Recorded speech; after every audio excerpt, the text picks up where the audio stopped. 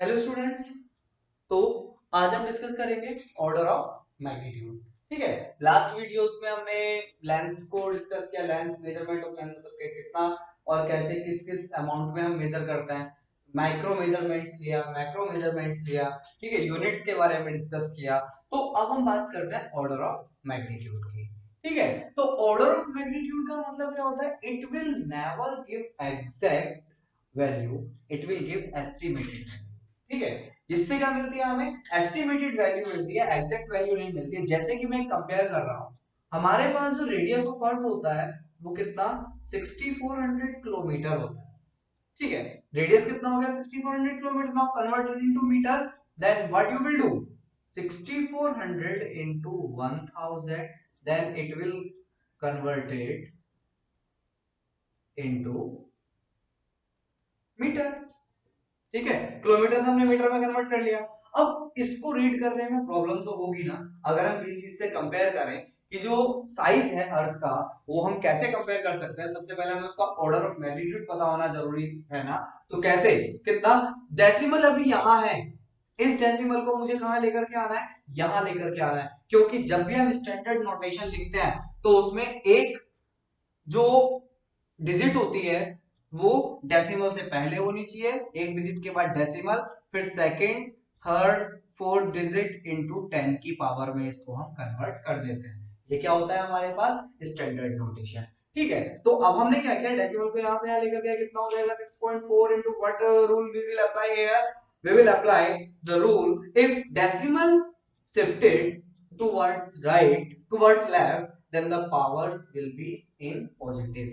ठीक है, 10 की पावर किस में आएगी? पॉजिटिव में आएंगे, मतलब 1 2 3 4 5 6, कितनी आ गई? 10 की पावर 6 आ गई। अब एक रूल और अप्लाई करते हैं। मान लिया ये वाली टर्म x है मेरे पास। ठीक है, ये जो टर्म है this is x, if this x is lesser than 5 then we will write x as 1, if this x is greater than 5 then we will write x as 10। Is it clear? अगर x की value 5 से कम है, मतलब ये जो term है ये अगर 5 से कम है तो उसकी जगह 1 पुट कर देते हैं, और अगर इसकी वैल्यू 5 से ज्यादा है तो उसकी जगह हम 10 पुट कर देते हैं ऑर्डर ऑफ मैग्नीट्यूड फाइंड करने के लिए। तभी तो मैंने बोला कि इससे जो वैल्यू आएगी वो एस्टिमेटेड वैल्यू आएगी, एग्जैक्ट एक्यूरेट वैल्यू नहीं आएगी। ठीक, कितना हो गया यहां से? हमें सीधा सीधा लिखना है क्या? 6.4 is greater than 5, then what we will do, we will place 10 in place of 6.4, so it will become 10 into 10 raised to the power 6, 10 raised to the power 7 metre.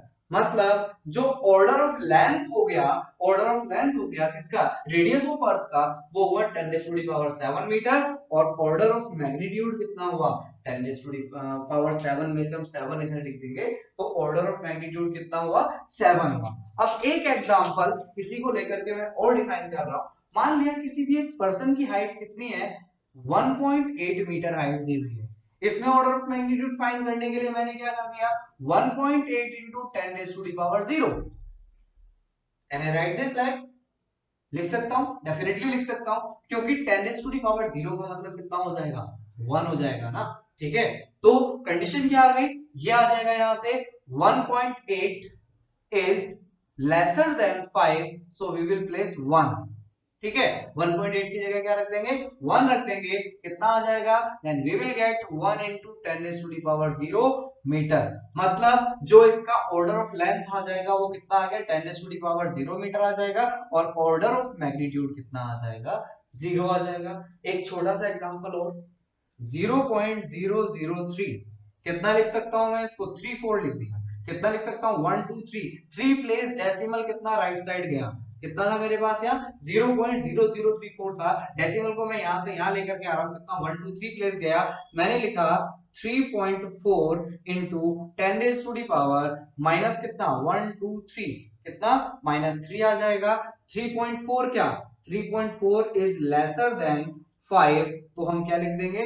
1 into 10 raise to the power -3। कितना आ गया यहां से? ये जो भी था, हम जो भी मीटर में, मतलब मीटर में या किलोमीटर में जिसने भी हम डिस्टेंसेस ले रहे थे वो आ जाएगा। तो ये कितना आ जाएगा? इतना 1 into 10 raise to the power -3 metre आ जाएगा। कितना आ गया? 10 raise to the power -3 metre इसका ऑर्डर ऑफ लेंथ आ गया। ठीक है, और 10 रेज टू मतलब जो 3 था वो क्या आ जाएगा, ऑर्डर ऑफ मैग्नीट्यूड। तो order of magnitude I think समझ में आ जाना चाहिए यहां तक, ठीक है। एक दो एग्जांपल और मैं इसके डिस्कस कर रहा हूं। तो मैंने इसके लिए कुछ नंबर्स लिए हैं 41, 53, 769, 0.0035 एंड 0.00058। एक एक करके सबके लिए ऑर्डर ऑफ मैग्नीट्यूड हम फाइंड करने वाले हैं। Then here we can write 4.1 into 10 raised to the power 1 meter. If we are taking all these things in meter, then we will write meter. ठीक है। Next 4.1 is lesser than 5, then we will write it for 1 into 10 raised to the power 1 meter, and here order of length is 10 raised to the power 1 meter, and the order of magnitude is 1. Same for this 5.3 into 10 raised to the power 1. Here 5.3 is greater than 5. So what we can write, 10 into 10 raised to the power 1 meter is equals to 10 raised to the power 2 meter is equals to 2. यानी कि ये आ रहा है हमारा order of length और ये आ रहा है ऑर्डर ऑफ मैग्नीट्यूड। ठीक है। यहां से 769 को अगर मैं 7.69 इंटू कितना 2 place decimal left side move किया है तो पावर कितनी आ जाएगी 10 की 2 पावर आ जाएंगी। ठीक है, प्लस में आएंगी क्योंकि लेफ्ट साइड मूव किया है तो कितना आ जाएगा 7.69 इज ग्रेटर देन 5। तो कितना लिख सकता हूं मैं 10 into 10 raise to the power 1 metre कितना आ जाएगा 10 रेज़ टू दी पावर 2, नहीं हाँ या 2 आएगा तो कितना आ जाएगा यहाँ से 10 raise to the power 3 metre. ये ऑर्डर ऑफ लेंथ आ गया, ये ऑर्डर ऑफ मैग्नीट्यूड आ गया। सेम इसके लिए डेसिमल अब मैं राइट साइड लेके जाऊंगा पावर नेगेटिव में आएगी कितना आ जाएगा 3.5 इंटू कितना आ जाएगा 10 raise to the power 1 2 3 minus 3। अब 3.5 क्या है लेसर है ना किससे 5 से, कितना कर देंगे 1 into 10 raise to the power 2 metre.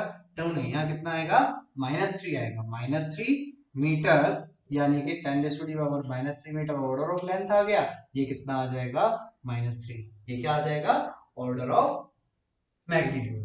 इसके लिए 1 2 3 4 प्लेस डेसिमल आगे जा रहा है राइट साइड की तरफ कितना आ जाएगा 5.8 into 10 raise to the power -4।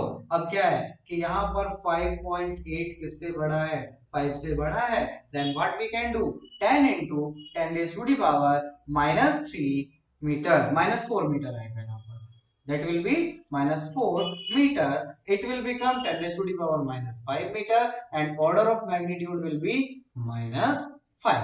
तो आई थिंक इन एग्जांपल से बहुत सारी चीजें क्लियर हो गई होगी ऑर्डर ऑफ मैग्नीट्यूड हम कैसे फाइंड करते हैं। आगे जब हम चीजें कंपेयर करेंगे size of the proton, size of the atom, size wavelength of the light, visible light, size of the Galaxy, size of the nucleus, ठीक है, इन सबको जब हम कंपेयर करेंगे तो ऑर्डर ऑफ मैग्नीट्यूड में ही कंपेयर करेंगे। ऑर्डर ऑफ मैग्नीट्यूड क्या ऑर्डर ऑफ लेंथ के केस में हम उनको कंपेयर करेंगे। Is that clear? ठीक है, तो इसके लिए हम टेबल देखेंगे सभी की एनसीईआरटी बुक में। ठीक है, टेबल नंबर दिया है टेबल नंबर 2.3 जो हमारा सेकंड चैप्टर है उसमें 2.3 टेबल नंबर दिया है। ठीक है, यहां पर ये 2.3 टेबल दिया है, इसमें कुछ डिस्टेंसेस दिए हैं, इनको अभी मैं डिस्कस करने वाला हूं। तो जैसे कि इसमें इसने दिया है size of proton, size of proton का ऑर्डर ऑफ लेंथ कितना दिया है 10 raise to the power -15 metre. ये किसके लिए दिया है उसने प्रोटॉन के लिए, प्रोटॉन का साइज दिया है इतना। ठीक है, इसके साथ कंपेयर कर दिया उसने साइज ऑफ एटॉमिक न्यूक्लियस। ठीक है, न्यूक्लियस का साइज कितना दिया है 10 raise to the power -14 metre. इसी तरीके से किसका size size of hydrogen atom 10 raise to the power -10 metre दिया है, किसके लिए H एटम के लिए। ठीक है, ऐसे ही उसने फिर क्या दिया है length of typical virus, virus की लेंथ कितनी 10 raise to the power -8 metre. ये किसकी लेंथ है ये वायरस की लेंथ है। ठीक है, इस तरीके से उसने क्या कर दिया सारी चीजों को कंपेयर करता गया, बाकी चीजें अपनी बुक में देख लेना मैं बोल रहा हूं। ठीक है, वेवलेंथ ऑफ लाइट, ठीक है वेवलेंथ को लैम्डा से नोटेट करते हैं। वेवलेंथ ऑफ लाइट कितने से दिया है 10 raise to the power minus metre से दिया है। देखो ये क्या कर रहा है सबसे पहले सबसे छोटे ऑब्जेक्ट्स लिए, फिर इसने इंक्रीज करता चला गया। ठीक है, उसके बाद क्या, size of red blood corpuscles, मतलब आर बी सी का साइज कितना दिया है इसने, 10⁻⁻5 metre. Thickness of paper, paper की थिकनेस कितनी दी है, थिकनेस ऑफ पेपर कितना दिया है, 10⁻⁻4 मीटर दिया है। उसके बाद हाइट ऑफ माउंट एवरेस्ट, ठीक है, माउंट एवरेस्ट की हाइट कितनी दी है इसमें, माउंट एवरेस्ट की हाइट दी है कितना, 10⁻⁴ कितना दिया है, 10⁻⁴ मीटर दिया है। उसके बाद क्या, radius of the earth R E कितना हो जाएगा, 6.4। हमने क्या देखो प्रूफ किया था वहां पर, ऑर्डर ऑफ मैग्नीट्यूड कितना आया था, 10⁻⁷ मीटर आ गया था हमारे पास। ठीक है, रेडियस ऑफ अर्थ हो गया। अब अगर हम बात करें रेडियस ऑफ सन, तो रेडियस ऑफ सन का मतलब यहाँ पर कितना हो जाएगा, रेडियस ऑफ सन के लिए आएगा 10⁻⁹। ठीक है, ये किसके लिए आ जाएगा, सन की डायमीटर के लिए। अगर हमें गैलेक्सी, जो हमारी गैलेक्सी है कौन सी है, मिल्की वे, मिल्की वे की डायमीटर के लिए आ जाएगा 10⁻20 मीटर। और यूनिवर्स का साइज उसने कंपेयर किया है कितने मैग्नीट्यूड के साथ, 10⁻26 मीटर। तो हमने क्या, माइक्रो डिस्टेंसेस से लेकर के मैक्रो डिस्टेंसेस के order of magnitude, order of length में हमने इनको डिफाइन कर दिया कि किस ऑर्डर में हम इनको किस तरह से लेकर के चलेंगे। ये टिपिकल साइजेस हैं जिनको हमने ऑर्डर ऑफ लेंथ के अकॉर्डिंग कंपेयर किया है, किसके साथ, नॉर्मल 1 मीटर के साथ। तो अगर हमारे पास स्केल है, सबसे पहली चीज, अब मैं एक चीज और यहाँ डिस्कस कर रहा हूं, रेंजेस। किसी भी स्केल के लिए कोई एक रेंज होती है, जैसे कि मान लिया हमारे पास एक स्केल है, नॉर्मल स्केल जो हम पे घर पे होती है उसका कितना होता है, वो होता है 1 मिलीमीटर मिनिमम मेजर कर सकती है, और कितना 15 सेंटीमीटर मैक्सिमम वो मेजर कर सकती है। मतलब उसका मिनिमम मेजरमेंट कितना है, 1 मिलीमीटर, और मैक्सिमम कितना है, 15 सेंटीमीटर। तो इसके लिए अगर इस स्केल के लिए हम रेंज बनाना चाहें, तो इस स्केल के लिए रेंज कितनी हो जाएगी, 10⁻³ मीटर टू 1.5 इंटू 10⁻³ मीटर। क्या इतना क्लियर हो जाएगा, ठीक है, डेफिनेटली हो जाएगा। ये किसके लिए हो गई, टिपिकल स्केल के लिए रेंज हो गई। बात करते हैं हम मीटर स्केल के लिए। जो हमारे पास, जब हम मार्केट में क्लॉथ्स लेने जाते हैं, क्लॉथ्स के लिए कपड़ा लेने जाते हैं, तो वहां पर वो एक मीटर 1 मीटर की उसके पास स्केल होती है, उससे वो मेजर करके देता है। उसमें मिलीमीटर भी होते हैं, मतलब मिनिमम कितना मेजर करता है वो 1 मिलीमीटर, मैक्सिमम कितना करता है 1 मीटर। तो इसकी रेंज कितनी हो गई, 10⁻³ मीटर टू 1 मीटर। तो हर स्केल की कोई ना कोई रेंज होती है। ठीक है, बात करते हैं वर्नियर कैलिपर्स। तो वर्नियर कैलिपर्स के लिए हम क्या लिखते हैं, वर्नियर कैलिपर्स के लिए आ जाएगा, इसकी जो लीस्ट काउंट होती है वो कितनी होती है, लीस्ट काउंट के बारे में मैं डिस्कस कर रहा हूं। लीस्ट काउंट पहले बता रहा हूं कितना, 0.01 सेंटीमीटर होता है। ठीक है, या ये हो जाएगा 10⁻⁻2 सेंटीमीटर, या 10⁻⁻4 मीटर। लीस्ट काउंट का मतलब होता है the minimum distance measured by a scale or any instrument that is known as the least count। ये वर्ड तुमने कहां पढ़ा था, 10th क्लास में, जब हमने लीस्ट काउंट फाइंड किया था, किसके लिए, एमीटर के लिए और वोल्ट मीटर के लिए, तब तुम लोगों ने इसको रीड किया था। अगर हम बात कर रहे हैं जो हमारे 1 मिलीमीटर था ना, ये लीस्ट काउंट हो जाएगी किसके लिए, ये लिस्ट काउंट हो जाएगी मीटर स्केल के लिए, सिंपल नॉर्मल स्केल के लिए। वर्नियर कैलिपर्स क्या करता है, जो नॉर्मल स्केल है वो 1 सेंटीमीटर का कितना, 10th पार्ट, 1/10 पार्ट मेजर करता है। मतलब जो नॉर्मल स्केल है उसकी कितनी, 0.1 सेंटीमीटर। कितना, नॉर्मल स्केल की जो लिस्ट काउंट होती है वो कितनी होती है, 0.1 सेंटीमीटर होती है। अगर हम बात कर रहे हैं किसके लिए, वर्नियर कैलिपर्स के लिए, वो होती है 0.01 सेंटीमीटर। मतलब वर्नियर कैलिपर 1 सेंटीमीटर का 100th पार्ट मेजर करता है। अगर हम बात करते हैं स्क्रू गेज की, जो इसके बाद आएगा, स्क्रू गेज जो होता है, स्क्रू गेज, इसकी लीस्ट काउंट कितनी होती है, इसकी लीस्ट काउंट होती है, ये आ जाएगा 0.001 सेंटीमीटर 10⁻³ सेंटीमीटर या 10⁻⁵ मीटर। मतलब अगर हम बात कर रहे हैं स्क्रू गेज के लिए, तो स्क्रू गेज कितना 1 सेंटीमीटर का 1000 पार्ट मेजर कर सकता है। मतलब if we will cut 1 centimeter rod into 1000 part, then the screw gauge can measure the width of the thickness of one part। मतलब वो 1 सेंटीमीटर को अगर हम 1000 पार्ट में कट कर दें तो एक पार्ट की थिकनेस बता सकता है कौन, स्क्रू गेज। ठीक है, साइजेस के अकॉर्डिंग हम अलग अलग जगह मेजर करते हैं। तो इस तरह से हम क्या रेंजेस देख सकते हैं कि कौन इंस्ट्रूमेंट कहां से कहां तक मेजर कर सकता है। ठीक, अब क्या होता है, हर किसी इंस्ट्रूमेंट की एक लिमिट होती है। मान लिया हमारे पास 200 मीटर का एक स्केल है जिसको हम मीटर बोलते हैं, जिसके अंदर से या तो टिन से बना होता है या लेदर से बना होता है, एक स्केल निकलती है बहुत बड़ी। ठीक है, तो उससे हम मैक्सिमम या 100 मीटर का हो सकता है, 200 मीटर का हो सकता है, अगर बहुत ज्यादा बड़ा बना है तो वो 300 मीटर का हो सकता है। लेकिन क्या हम उस मीटर से यहां से मून की डिस्टेंस मेजर कर सकते हैं? शायद आंसर होगा नहीं।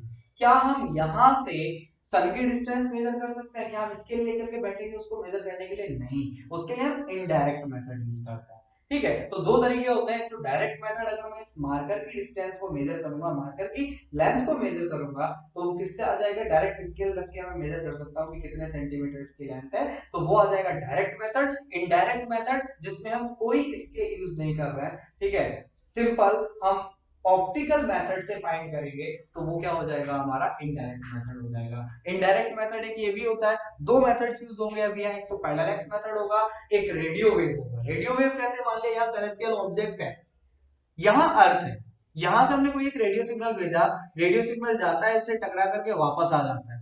कितनी डिस्टेंस ट्रेवल की उसने? उसने 2x डिस्टेंस ट्रेवल की। जैसे इको वाले क्वेश्चन हुआ करते थे ना, सेम कंडीशन। स्पीड कितनी थी इसकी? 3 into 10⁸ मीटर पर सेकंड। रेडिएशन की स्पीड इतनी होती है ना, 3 into 10⁸ मीटर पर सेकंड। अब इस कंडीशन में क्या होगा, हमें डिस्टेंस फाइंड करके हम, मतलब जो डिस्टेंस होगी क्या, 2x। ठीक है, distance is equals to formula लगा देंगे, आंसर आ जाएगा। ठीक है, तो इससे क्या आ जाएगा, distance is equals to velocity into time. Time measure कर लेंगे कितने टाइम में वो लौट करके वापस आया है। ठीक है, डिस्टेंस इज इक्वल्स टू कितना हो जाएगा, v into t upon 2। इस मेथड से हम किसी भी प्लैनेट, किसी भी स्टार की डिस्टेंस को हम मेजर कर सकते हैं। ठीक है, तो ये क्या हुआ, इनडायरेक्ट मेथड हुआ। इसी में एक बड़ा इंपॉर्टेंट मेथड है जिसको मैं अभी आगे डिस्कस करने जा रहा हूं, वो है पैरेलल मेथड। तो पैरेलल मेथड भी क्या है, इनडायरेक्ट मेथड है। क्या मेजर करते हैं इससे हम? It can be use to measure the distance between sun and earth, the distance between earth and moon, the diameter of the moon, the diameter of the earth, the diameter of the sun. मतलब ये method हम कई चीजों को find करने के लिए use कर सकते हैं, लेकिन इससे हम डिस्टेंस केवल उन्हीं पॉइंट्स की फाइंड कर सकते हैं, उन्हीं सेलेस्टियल ऑब्जेक्ट्स की फाइंड कर सकते हैं जो 100 लाइट ईयर से कम डिस्टेंस पर हैं। If any object is found more than 100 light year, then we can never use this parallax method to find that particular object, to find the distance between earth and that particular object। ठीक है, तो अब ये method है क्या, इसको हमने कैसे डिफाइन किया? ठीक है, अगर हम अपनी आईज के सामने इस मार्कर को रखें, ठीक है, पहले हमने अपनी राइट आई को क्लोज किया, फिर हमने क्या, जैसे कि हमने इसको अपनी आईज के सामने रखा, पहले हमने राइट आई को क्लोज किया, इसकी तरफ देख रहा है, बैकग्राउंड के रेस्पेक्ट में ये हमें कहीं दिख रहा है। फिर हमने क्या किया, लेफ्ट आई को क्लोज किया और राइट आई से इसकी पोजीशन देखी। डेफिनेटली इस चीज को करके देखना, तुम्हें क्या लगेगा कि इस ऑब्जेक्ट की पोजीशन, पहले यहां मान लिया पर्सन की आईज है, पहले ये ए पॉइंट पर दिख रहा था, उसके बाद ये बी पॉइंट पर दिख रहा था। तो इन दोनों पॉइंट्स के बीच की जो डिस्टेंस होती है उसे हम स्मॉल बी, यानी कि उसको हम बेसिस बोल देते हैं। ये क्या हो जाएगा, बेसिस हो जाएगा, स्मॉल बी से इसको नोटेट करते हैं। ठीक है, ये डिस्टेंस हो जाएगा हमारे आईज और इसके बीच, आईज और मार्कर के बीच। ठीक है, ये भी डिस्टेंस कैपिटल डी हो जाएगा, ये क्या हो जाएगा, थीटा। कितने डिग्री का एंगल बनाया है, जो लाइन ड्रॉइंग की हमने दोनों पॉइंट्स को, कितने डिग्री का एंगल उसने बनाया। ठीक है, ये एक फॉर्मूला निकल करके आता है, theta is equals to B upon D, मतलब बेसिस अपॉन डिस्टेंस। इसी फॉर्मूले पर सारी की सारी चीजें बेस्ड होगी। तो देखो अभी मैं इससे डिस्कस करूंगा, इससे जो पैरेलल मेथड है इससे मैं डिस्टेंस मतलब डिस्कस करने वाला हूं कि कैसे हम मून का डायमीटर, मून की डिस्टेंस कैसे हम फाइंड कर सकते हैं। जैसा कि मैंने बताया था कि हम यहाँ से मून की डिस्टेंस फाइंड सबसे पहले करते हैं। ठीक है, हमने अर्थ, ये अर्थ है, अर्थ पे हमने कोई भी दो डायमेट्रिकली पॉइंट लिए ए और बी। इन दो, जब हमने अर्थ पर दो पॉइंट लिए हैं, पहले हमने टेलीस्कोप यहाँ फिक्स किया ए पॉइंट पर, फिर हमने बी पॉइंट पर फिक्स किया, उससे हमने मून की इमेज बनानी। मून पर कोई एक पॉइंट पर हमने क्या किया, टेलीस्कोप को फिक्स कर लिया। ठीक है, फिर क्या किया कि मून से ये कोई एंगल बना, मान लिया हम यहाँ से मून को देख रहे हैं। ठीक है, तो वर्टिकल से जो एंगल आएगा, जो टेलीस्कोप में हमारा एक मेजरमेंट लेने के लिए डिस्क लगी होती है, ठीक है, उससे हम मेजरमेंट कर देंगे। ये आ गया हमारे पास क्या, थीटा वन।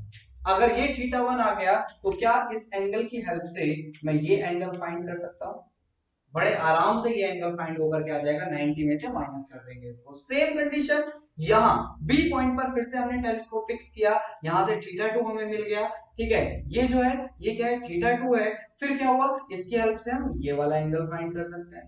ठीक, बेसिस हमारे पास है, इन दोनों एंगल्स की हेल्प से हम ये थीटा, पैरेलैक्टिक एंगल, ये जो एंगल होता है इसको पैरेलैक्टिक एंगल बोलते हैं। तो इस एंगल थीटा को हम मेजरमेंट कर सकते हैं, क्योंकि किसी भी ट्रायंगल के अगर दो एंगल तुम्हें पता है, so you can find the third one. ठीक है, थीटा हमने फाइंड कर दिया, बी हमने फाइंड कर दिया, हमें क्या फाइंड करना है, डी। हमारे पास फॉर्मूला था B is equals to, theta is equals to, theta is equals to B upon D, ये था।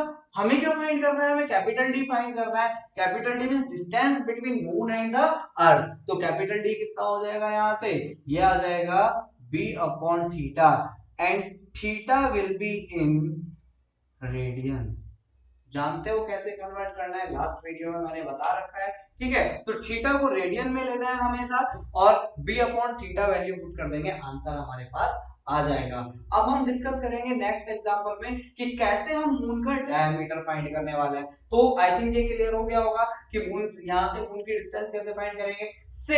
सेम प्रोसेस किसी भी सेलेस्टियल ऑब्जेक्ट के लिए लिया जाता है। डायमेट्रिकली पॉइंट लेने का मतलब है कि एक पॉइंट मैंने यहां ले लिया, ठीक है, और एक पॉइंट किसी भी अदर कंट्री में, जो हमारी कंट्री के जस्ट पीछे आ रही होगी अर्थ पर, वहां जाकर के ले लेंगे। तो साइंटिस्ट के लिए कोई बड़ी बात नहीं है, वो डायमेट्रिकली पॉइंट कंसीडर करता है। सबसे पहले चीज, लेबोरेटरीज बनी हुई है, एक नॉर्थ पोल से डिस्टेंस लिया, एक साउथ पोल से डिस्टेंस लिया, क्या हो गया, हमारे पास डायमेट्रिकली पॉइंट है, अर्थ का डायमीटर पता है, और हम ये चीज फाइंड कर सकते हैं। ठीक है, तो इस तरह के क्वेश्चंस आगे मिलेंगे, क्वेश्चन भी मैं इसके कराऊंगा। तो अभी फिलहाल पहले इस पर ध्यान दें कि ये जो हमारा ये क्या है, पैरेलल मेथड से हम कैसे कोई भी डिस्टेंस फाइंड कर सकते हैं, ये वो है। ये डायग्राम हमने कैसे ड्रॉ किया है, इसमें हम मून का डायमीटर मेजर कर रहे हैं किसी एक पॉइंट से। मून के डायमेट्रिकली पॉइंट्स पर हमने क्या किया, हमने टेलीस्कोप फिक्स कर लिया, और टेलीस्कोप फिक्स करने पर हमें क्या पता चलेगा, हमें ये पता चलेगा कि ये एंगल थीटा कितना है। क्योंकि हम क्या करेंगे, जितना एंगल, मान लिया हमारे पास ये स्केल यहां से मेजर करना स्टार्ट कर रही थी, सबसे पहले हम एक ये वाला एंगल निकाल लेंगे थीटा वन, दूसरा हमारे पास ये एंगल आ जाएगा थीटा टू, फिर पूरे दोनों एंगल को सम करके 180 में से माइनस कर देंगे, तो हमारे पास क्या आ जाएगा, थीटा आ जाएगा। ठीक, जब टेलीस्कोप कभी यूज करोगे लाइफ में तो पता चल जाएगा कि कैसे यूज करना है। फिर उसके बाद अब देखो हमें थीटा पता है, और डी हमने अभी पहले ही फाइंड किया है लास्ट क्वेश्चन में, तो सबसे पहले वो वाला कॉन्सेप्ट लगा करके हम डी की वैल्यू फाइंड करेंगे। फिर थीटा हमें नोन है, डी हमें नोन है, हमें क्या फाइंड करना है, theta is equals to B upon D, हमारे पास फॉर्मूला हो जाएगा। Now we have to find the value of B. B means basis, basis means diameter of the moon. तो कितना हो जाएगा, b is equals to theta into D. यहां पर जो हमारे पास ये थीटा है, थीटा क्या होगा, रेडियन में होगा, डायमीटर मतलब जो डिस्टेंस होगी यहां से यहां तक की, वो किसमें हो जाएगी, वो हो जाएगी मीटर में। ठीक है, डिस्टेंस मीटर में और थीटा रेडियन में। तो इस तरह से हम क्या फाइंड कर सकते हैं, इस तरह से हम वैल्यू फाइंड कर सकते हैं मून के डायमीटर की। नेक्स्ट अब मैं एक तरीका बता रहा हूं कि कैसे हम आज मतलब जो नियरेस्ट स्टार है उसकी डिस्टेंस हम फाइंड कर सकते हैं। तो अब हम पढ़ते हैं कि कैसे हम किसी एक स्टार की पोजीशन फाइंड कर देंगे। स्टार की पोजीशन फाइंड करने के लिए अर्थ सन के चारों तरफ इलिप्टिकल ऑर्बिट में चक्कर लगाती है। तो हमने जो इलिप्टिकल जो अर्थ के चारों मतलब सन के चारों तरफ जो अर्थ का ऑर्बिट था उसके डायमीट्रिकली दो पॉइंट हमने लिए। जब अर्थ यहां थी इस पॉइंट पर, ठीक है, तो हमने क्या किया, इसकी डिस्टेंस मेजर की मतलब एंगल मेजर किया, ये आ गया थीटा 1। ठीक है, स्टार को इसको ऑब्जर्व किया तो ये कितना आ गया, थीटा 1 आ गया। उसके बाद जब अर्थ 6 मंथ बाद यहाँ घूम करके आई, ठीक है, फिर से हमने इसको मेजर किया, मतलब इसके लिए हमें कितने मंथ का वेट करना पड़ेगा, 6 मंथ का वेट करना पड़ेगा। ठीक है, 6 मंथ आफ्टर क्या हुआ, जब अर्थ अपनी पोजीशन से घूम करके वापस यहाँ आ गई तो हमने क्या किया, फिर से इस स्टार को मेजर किया। ठीक है, एंगल हमारे पास थीटा 2 आ गया। अगर ये थीटा 2 है तो ये भी कितना हो जाएगा, थीटा 2 हो जाएगा, और ये कितना हो जाएगा, थीटा 1 हो जाएगा।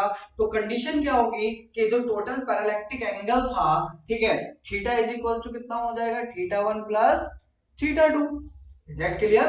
ठीक है, अब बेसिस बेसिस मान लिया ये ए पॉइंट था हमारे पास, ये बी पॉइंट था। तो अगर हम बेसिस की बात कर रहे हैं तो ए बी कितना हो जाएगा, सन से अर्थ की डिस्टेंस कितनी है, 1.5 इंटू 10⁻11 मीटर।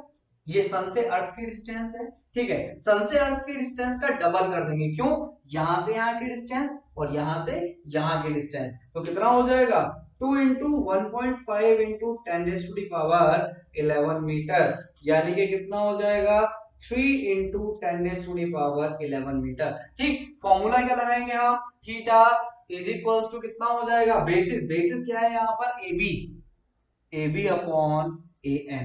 हमें फाइंड क्या करना है, हमें फाइंड करना है ए एन। तो ए एन कितना हो जाएगा, A N is equals to A B upon theta. तो ए बी की वैल्यू कितनी है, ए बी की वैल्यू आ जाएगी 3 इंटू 10⁻11 मीटर अपॉन कितना आ जाएगा, थीटा 1 प्लस थीटा 2।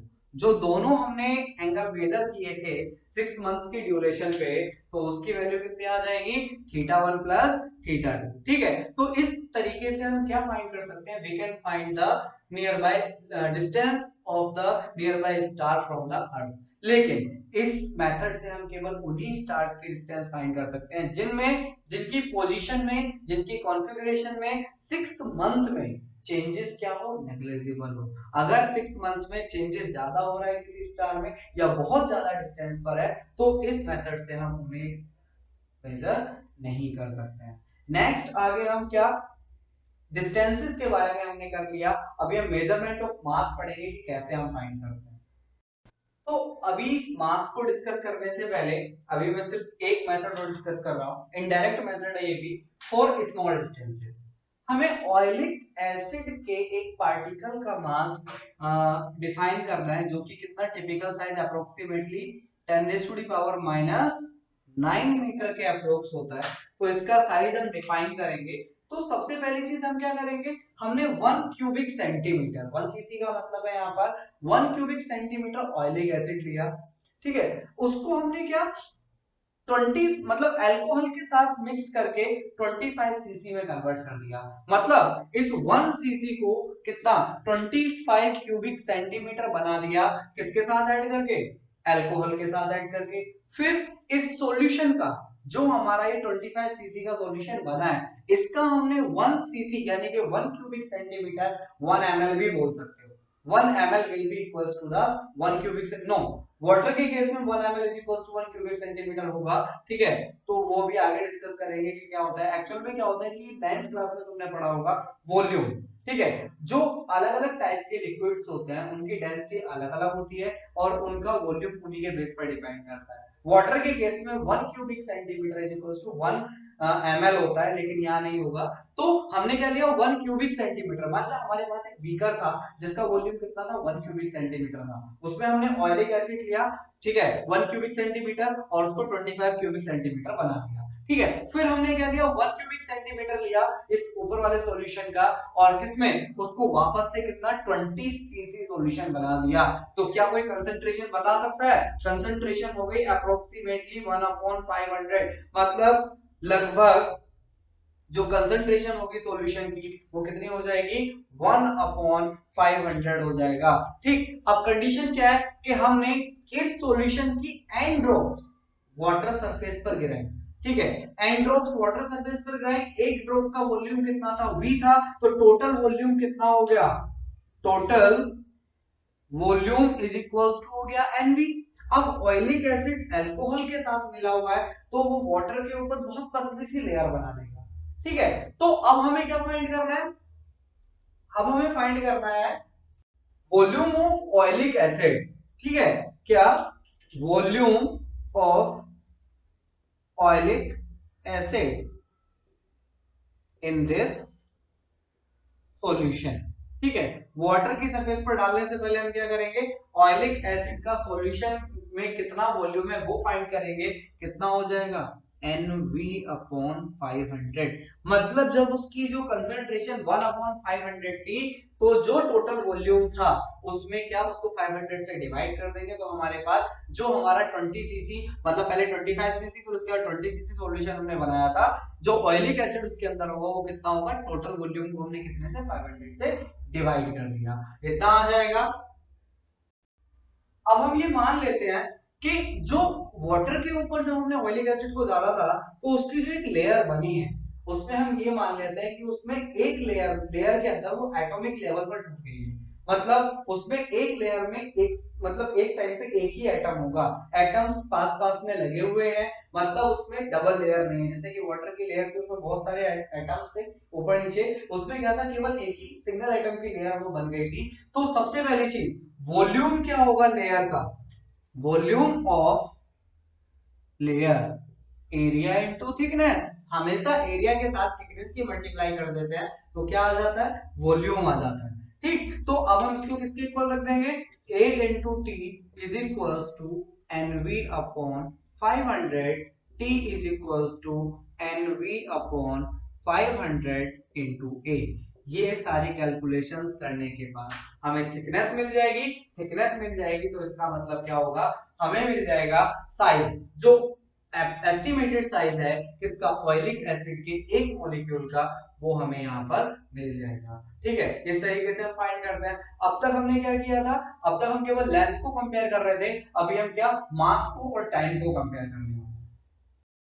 तो जैसे हमने लेंथ को कंपेयर किया था, रेंज देखा था लेंथ का, ठीक है, तो अभी हम क्या करेंगे, मास के बारे में डिस्कस कर रहे हैं। जैसे कि इलेक्ट्रॉन का ऑर्डर ऑफ मास कितना होता है 10⁻⁻³ किलोग्राम, यानी कि इसको हम किसके साथ कंपेयर कर रहे हैं, यूनिट किलोग्राम के साथ कंपेयर कर रहे हैं। तो इन सभी का जैसे हमने लेंथ के साथ कंपेयर किया था वैसे ही हमने किसके साथ कंपेयर कर दिया, मास के साथ कंपेयर कर दिया। प्रोटॉन का 10⁻⁻27 है, सेल का जो हमारी बॉडी जिससे मिलकर बनी है उसका 10⁻⁻10 किलोग्राम है, रेन ड्रॉप का 10⁻⁻6 किलोग्राम है, ग्रेप्स 10⁻⁻3 किलोग्राम है, ह्यूमन 10⁻2 किलोग्राम है, एलिफेंट 10⁻3 किलोग्राम है। तो इन सबको हमने 1 किलोग्राम के रेस्पेक्ट में बदल दिया है। ठीक है, मतलब इनका ऑर्डर ऑफ मास हम देख रहे हैं कि कौन कितनी रेंज तक जा सकता है। सबसे छोटा पार्टिकल हमारे पास इलेक्ट्रॉन से छोटे पार्टिकल्स भी हैं, लेकिन अभी हम क्या क्या पढ़ रहे हैं, इलेक्ट्रॉन को पढ़ रहे हैं। तो 10⁻⁻30 से कितना 10⁻55 किलोग्राम तक ये जाएगा, क्योंकि यूनिवर्स का मास ऐसे तो कोई अभी मतलब मेजर कर नहीं पाएगा, तो मतलब एग्जैक्टली तो किसी ने मेजर किया नहीं है, लेकिन आज जो अप्रोक्सीमेट मास आता है वो 10⁻55 किलोग्राम आ जाता है। ठीक है, ऐसे ही तुम्हारी बुक में क्या दिया हुआ है, टेबल दी हुई है टाइम के लिए, पेज नंबर दिया हुआ है 23, तुम्हारी बुक में क्या है वो देख लेना एक बार।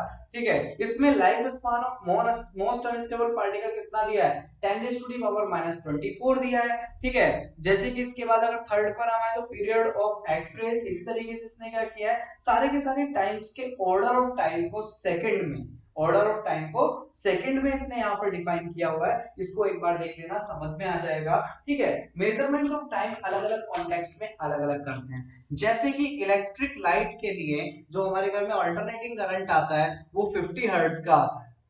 इसका मतलब है कि एक सेकंड में वो 50 साइकिल कंप्लीट करता है। मतलब एक सेकंड में, मान लिया अगर एक साइकिल उसका कुछ ये हो रहा है, क्योंकि 10th में सब लोग पढ़ के आ रखे हो अल्टरनेटिंग करंट क्या होता है, तो अगर हम इलेक्ट्रिक करंट के कंसीडर करके उसके अप्रोक्स अगर हम इसको मेजरमेंट करें तो क्या हो जाएगा, 50 hertz is equals to 1 second. कितना हो जाएगा, 50 hertz is equals to 1 second. अगर हम अर्थ के केस में ले रहे हैं,